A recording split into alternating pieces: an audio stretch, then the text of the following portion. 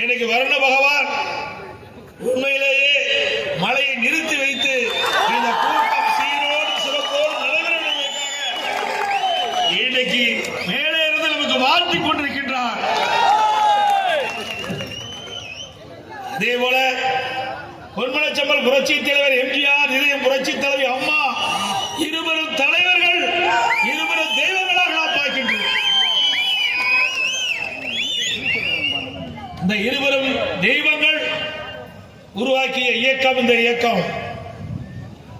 பொன்மனச்செம்மல் புரட்சி தலைவர் எம்ஜிஆர் தோற்றுவித்த கட்சி அதிமுக கட்சி.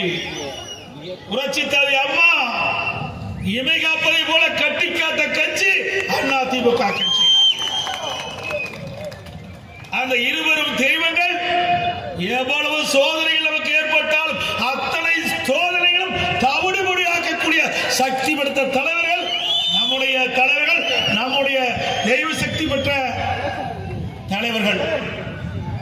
ஆகவேதான் அண்ணன் மோகன் அவர்கள் குறிப்பிட்டதை போல இந்த இயக்க உடைக்க நினைத்தவர்கள், இந்த இயக்கத்தை அழிக்க நினைத்தவர்கள் அத்தனையும் நம்முடைய இருவரும் தெய்வங்களுடைய கருணையால், ஆசையால் அதையெல்லாம் தவிடுபொடியாக்கி இருக்கின்றோம்.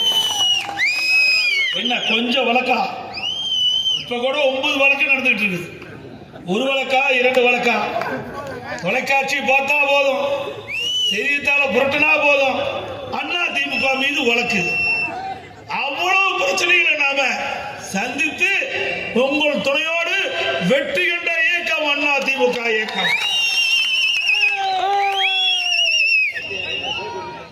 பொன்மனச்செம்மல் புரட்சி தலைவர் எம்ஜிஆர் இயக்கத்தை தோற்றுவிக்கின்ற பொழுது தீய சக்தி திமுகவை வேரோடு அழிக்க வேண்டும் என்பதற்காக அதிமுகவை தோற்றுவிக்கிறேன் சொன்னார். அதை சாதித்து காட்டினார் அவர் வாழ்க்கையிலே. அவர் மறைவுக்கு பிறகு மாண்புமிகு அம்மா அவர்கள் பொன்மனச்செம்மல் புரட்சி தலைவருடைய கொள்கையை ஏற்று அவர் என்ன நினைத்தாரோ அதை சாதித்து காட்டிய தலைவி இதயம் புரட்சி தலைவி அம்மா.